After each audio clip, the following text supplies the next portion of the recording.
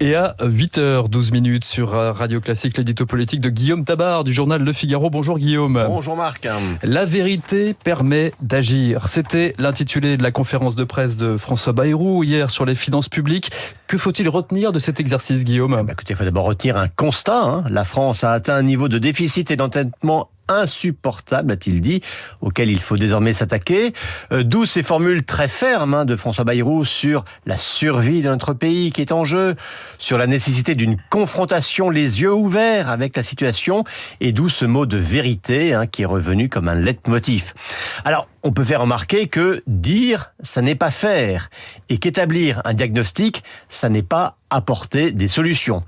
Mais à l'inverse, on peut quand même reconnaître que la lucidité, c'est quand même mieux que le déni, et que la clarté sur la situation est préférable à l'habileté visant à la contourner. Donc, de ce point de vue, on peut dire quand même que l'exercice du Premier ministre était une première étape. Mais s'est-il contenté de faire un constat de la situation dégradée des finances publiques ? Non, il a quand même été plus loin. Il est passé du constat au diagnostic en soulignant que ce dont la France souffrait, c'était d'une insuffisance d'activité et que donc on ne s'en sortirait pas sans travailler plus.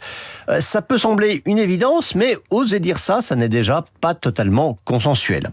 Ensuite, s'il n'est pas encore entré dans les propositions concrètes pour redresser les finances publiques, il a au moins fixé 2 bornes. Pas question de s'endetter plus encore et surtout, pas question d'augmenter les prélèvements obligatoires. 2 solutions de facilité, a-t-il dit. Et mine de rien, c'est quand même courageux de dire cela, car tous les gouvernements, y compris ceux d'Emmanuel Macron, ont laissé allègrement filer la dette depuis des décennies.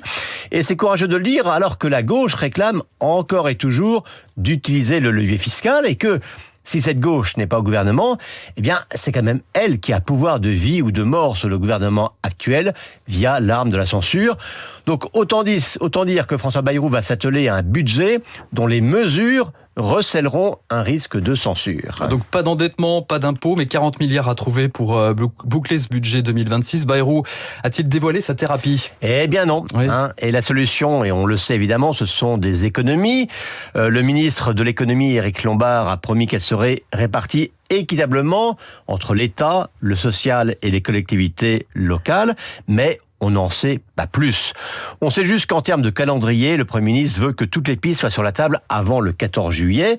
Mais pour le reste, il veut commencer par faire de la pédagogie. Alors très bien, mais la pédagogie, c'est une méthode, ça n'est pas une thérapie. Et puis on peut faire toute la pédagogie que l'on veut. On peut prévenir en amont qu'il faudra faire des efforts. On peut tenter de faire partager un diagnostic. Il arrive quand même bien un moment où il faut bien présenter l'addition elle-même. Et quand on doit trouver au moins 40 ou 50 milliards d'euros, on peut faire tous les efforts de présentation que l'on veut. Ça n'est pas ça qui rendra les solutions populaires. Alors on peut dire que hier, Bayrou a tenu un discours de vérité.